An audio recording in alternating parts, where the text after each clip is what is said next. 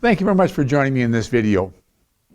I don't think it comes as a surprise to any of us that there's a significant shortage of housing in the province of Ontario. It especially shows itself in rental units, and that's pushed the rent up and made it tough for tenants to find suitable housing. But it's also in property that people might want to buy and live in. And it's especially acute in Toronto because Toronto is the epicenter for immigration. But it shows itself in Niagara and throughout the province. And so the government of Ontario is very committed to do something about it. And the Ministry of Municipal Affairs and Housing has brought about new legislation.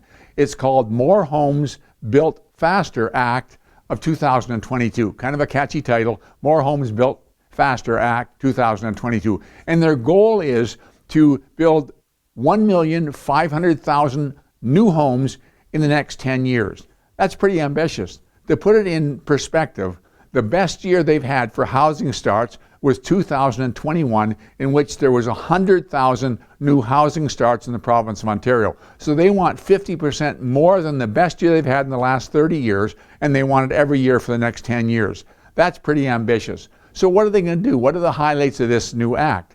Well, one of the things is that there's less land dedicated for parkland. So when you create a new subdivision, as it is now, for every 300 units, you have to dedicate a hectare for parkland. That's being changed to every 600 units. What that means is there's more land available for units, less land for parkland. Well, the government doesn't want to say we're moving away from parks, so they're going to look at currently encumbered land to create for parkland.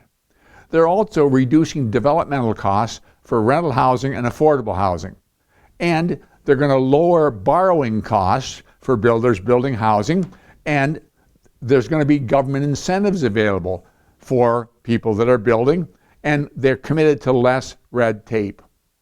Well, beyond that, they've played around with the Planning Act, and they brought out Regulation 299-19, and you may not be aware of that. We've already talked about granny flats, and the government rolled out, overstepped the zoning across the province, and said in low-density property zoning, you're allowed to add an additional dwelling in your unit. And the reason for that was both to address the shortage of housing and also to help people that were house rich and cash poor.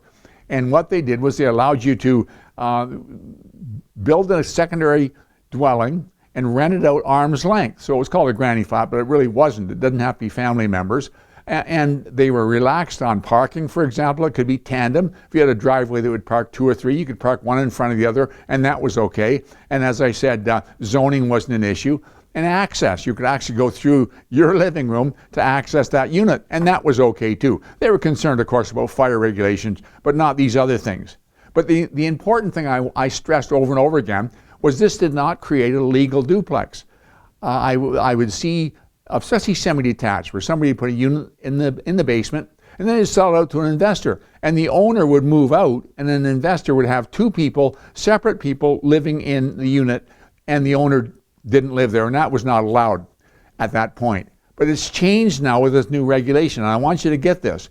The first thing is that they've increased the number of units. They're saying if you have a single-family home, you can add up to 2 additional units. You can come to 3 units, and it'd be a combination of either 2 more units in the dwelling, or it can be 1 more unit in the dwelling and an ancillary building, such as a garage, separate from the house, and that's okay.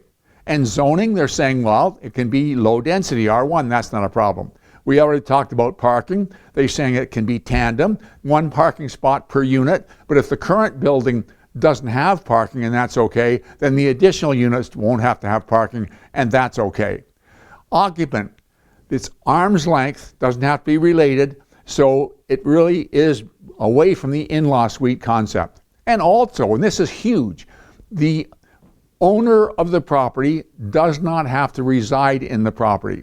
So what they're saying is an investor can own the property and can take that building and make it a legal duplex or a legal triplex for investment purposes. That's very, very significant. And the age of the dwelling isn't important. The building doesn't have to be new, doesn't have to be built after 2018, and yet it still will not come under rent control because it isn't how old the building is, it's how old the units are. And because you're creating new units, those units aren't under rent control. And the type of property, it can be detached, it can be semi-detached, it can be townhouse. Now, the government wants to make sure that the municipalities don't add bylaws that defeat the spirit of the legislation, but they can provide bylaws. And if they're trying to work within it, the bylaws are going to be a relaxation of some of the requirements of side yard setback and decks and porches and all this kind of thing.